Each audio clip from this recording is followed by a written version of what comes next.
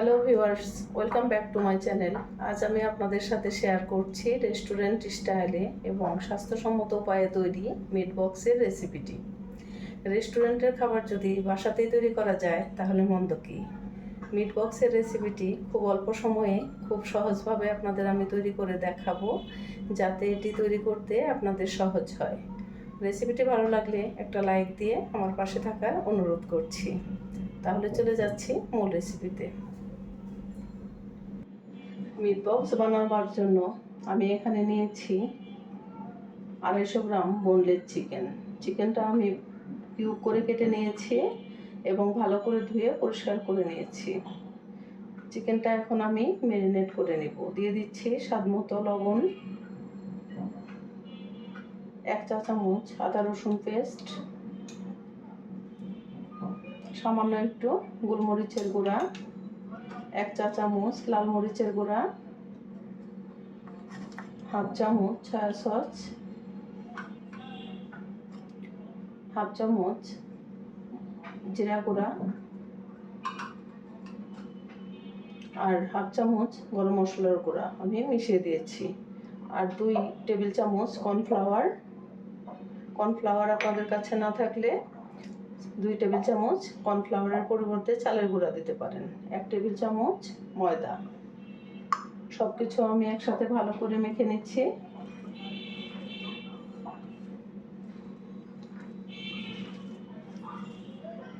মাংসটাকে খুব ভালো করে মেখে নিতে হবে, তাহলে মাংসটা খুব ভালোভাবে কর্নফ্লাওয়ারের সাথে ময়দার সাথে কুট হবে। এতে করে মাংসটা ভেজে নিলে খুব ক্রিস্পি হবে।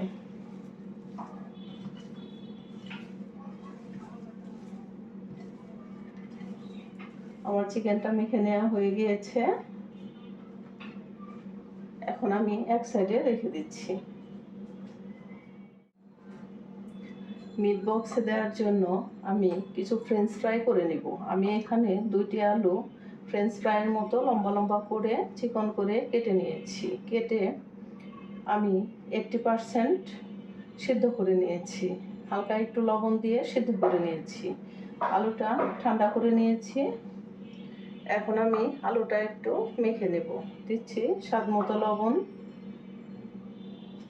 সামান্য একটু হাফ চামচ চিলি পাউডার, দিচ্ছি 2 টেবিল চামচ চালের গুঁড়া, 1 চা চামচ ময়দা। চালের গুঁড়া দিলে আলুটা অনেক বেশি ভাজার পরে ক্রিস্পি হয়। আমি একটু মেখে নিচ্ছি। আপনাদের হাতের কাছে চালের গুঁড়া না থাকলে ময়দা দিয়েও আলুটি মেখে নিতে পারেন, এতে অনেক বেশি ক্রিস্পি হয়। ফ্রেঞ্চ ফ্রাইগুলো অনেক বেশি ক্রিস্পি হলে মিট বক্সে খেতে অনেক ভালো লাগে। আমি এক সাইডে রেখে দিচ্ছি।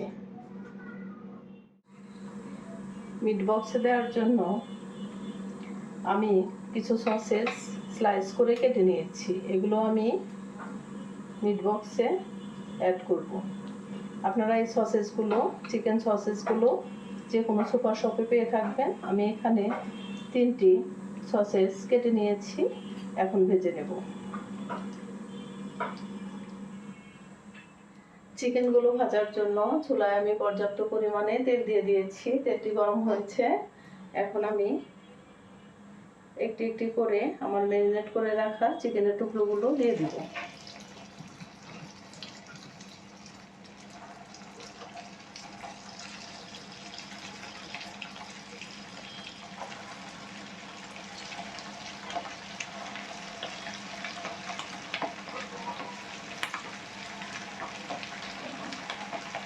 চিকেনের টুকরোগুলো আমি একে একে দিয়ে দিচ্ছি।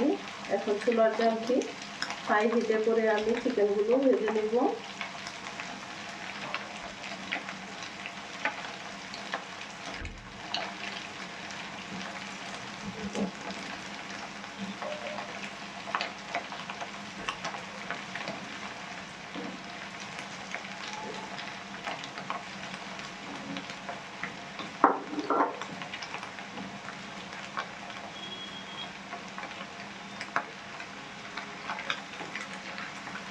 চিকেনগুলো আমি নেড়ে চেড়ে ভেজে নিচ্ছি।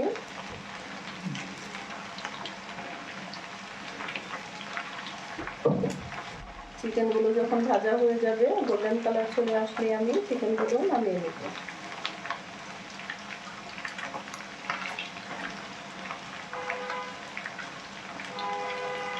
মিট বক্সের চিকেনগুলো অনেক ক্রিস্পি করে ভেজে নিতে হবে, তাহলে মিট বক্সের টেস্ট অনেকটা বেড়ে যায়। আমার চিকেনগুলো গোল্ডেন কালার চলে আসছে এবং ভাজা হয়ে গিয়েছে। এখন আমি চুলা থেকে নামিয়ে নেব।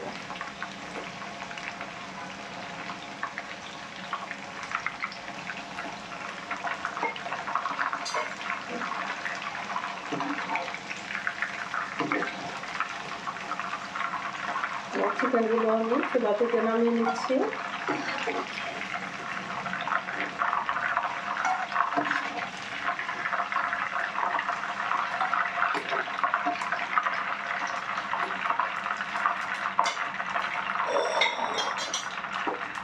বাকি চিকেনগুলো আমি একইভাবে চুলায় দিয়ে দিচ্ছি এবং ভেজে নেব।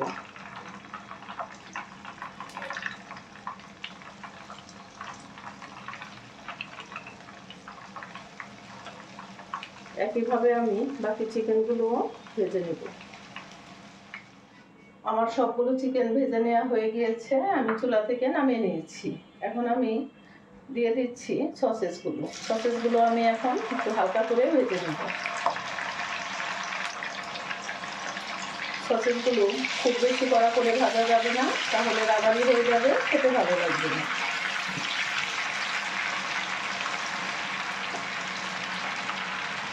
সসেসগুলো আমি হালকা করে ভেজে নেব।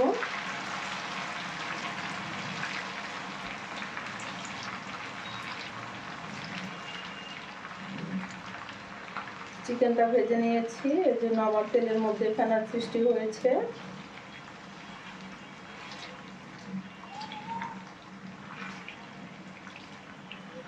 সসেসগুলো আমার হালকা করে ভেজে নেওয়া হয়ে গেছে, এখন আমি চুলা থেকে নামিয়ে নেব।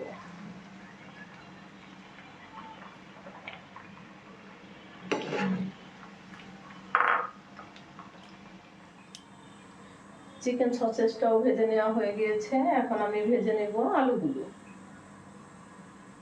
ফ্রেঞ্চ ফ্রাইগুলো আলুগুলো আমি চুলায় দিয়ে দিচ্ছি ফ্রেঞ্চ ফ্রাই তৈরি করার জন্য।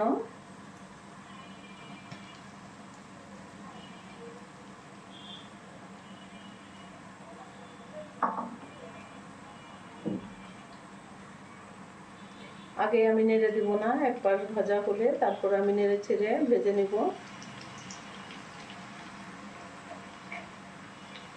হাই হিটে করে ফ্রেঞ্চ ফ্রাইগুলো ভেজে নিতে হবে, তাহলে খুব বেশি ক্রিস্পি হবে।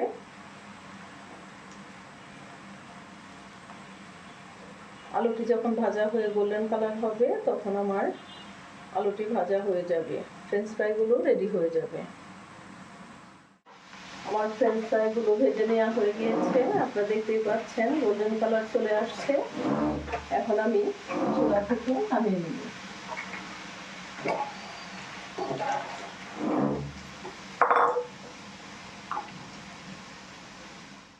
আমার সব কিছু ভেজে নেওয়া হয়ে গিয়েছে, চিকেন, ফ্রেঞ্চ ফ্রাই, সসেস। এখন আমি একটি সস তৈরি করে নিচ্ছি। এটা আমার হোমমেড মেয়োনিজ, আমি বাসায় তৈরি করেছি। এখানে 3 টেবিল চামচের মতো মেয়োনিজ আছে, আর নিয়ে নিচ্ছি 2 টেবিল চামচ টমেটো সস আর 1 টেবিল চামচ চিলি সস। সব কিছু আমি মেয়োনিজের সাথে ভালো করে মিশিয়ে নিচ্ছি। এই সসটা মিট বক্সের মধ্যে খুবই টেস্ট আনে।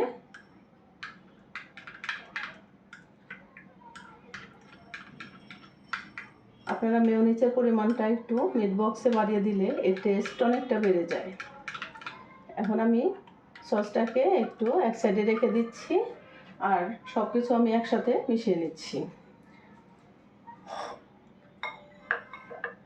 নিয়ে নিচ্ছি আমার ভেজে রাখা চিকেনগুলো, নিয়ে নিচ্ছি ফ্রেঞ্চ ফ্রাইগুলো,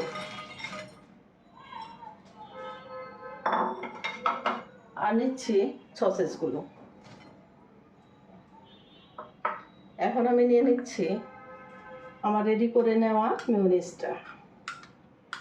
মেয়োনিজ দিয়ে যে সসটা তৈরি করেছি সেটা সম্পূর্ণটা আমি নিয়ে নিচ্ছি।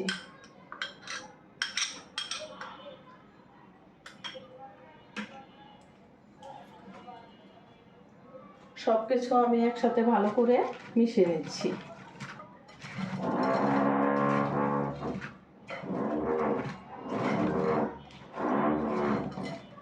সব কিছু আমি ভালো করে মিশিয়ে নিয়েছি। এখন আমি একটি মিট বক্সে চিকেনগুলো সার্ভ করব। আমার ভালো করে মিশিয়ে নেওয়া হয়ে গিয়েছে। এখন আমি বক্সের মধ্যে সার্ভ করব।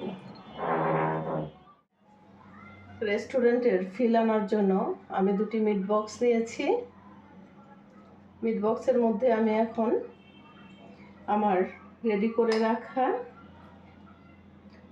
চিকেনগুলো দিয়ে দিচ্ছি।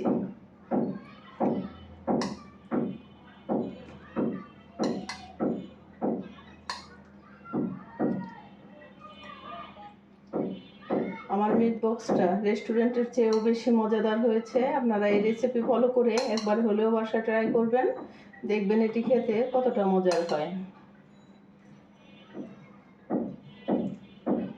বক্সের মধ্যে আমি সব কিছু মিশিয়ে নিয়েছি, সেগুলো ভরে দিচ্ছি।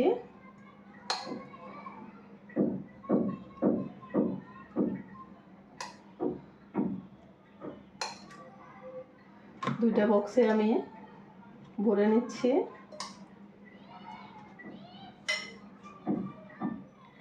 দুইটি বক্সে আমি মিট বক্স ভরে নিয়েছি। এখন আমি আরেকটু ডেকোরেশন করে নিচ্ছি, দিয়ে দিচ্ছি আরেকটু সস,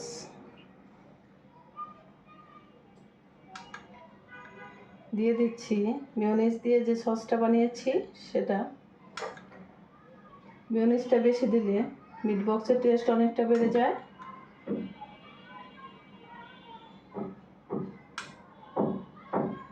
আর দিয়ে দিচ্ছি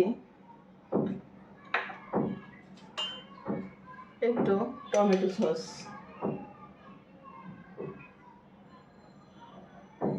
দিয়ে আমি একটু ডেকোরেশন করে নিচ্ছি। এটি যে কতটা মজার হয়েছে আপনারা একবার বাসায় ট্রাই করে দেখবেন, তাহলে আর রেস্টুরেন্টে যেতে চাইবেন না। ঘরে এটি বাচ্চারা আবদার করবে, বাচ্চাদের টিফিনেও এটি তৈরি করে দিয়ে দিতে পারেন, বা কোনো গেস্ট আসলে মিট বক্সটি তৈরি করে সার্ভ করতে পারেন।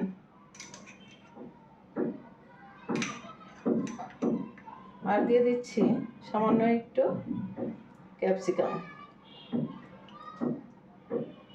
এটি ডেকোরেশনের জন্য, আপনাদের কাছে না থাকলে দেওয়ার প্রয়োজন নেই। আমি মিট বক্সগুলো যেসব উপকরণ দিয়ে বানিয়েছি এদের একটিও যদি আপনাদের কাছে না থাকে তাহলে কোনো অসুবিধা নেই, যা ঘরে আছে তা দিয়ে আপনারা বানিয়ে নিতে পারেন। একটু সাজিয়ে নিচ্ছি, এতে দেখতে ভালো লাগে। খাবার যদি আকর্ষণীয় হয় তাহলে খেতে অনেকটাই ভালো লাগে, দেখতেও ভালো লাগে, খেতেও ভালো লাগে। আমি একটু ক্যাপসিকাম দিয়ে ডেকোরেশন করে নিচ্ছি।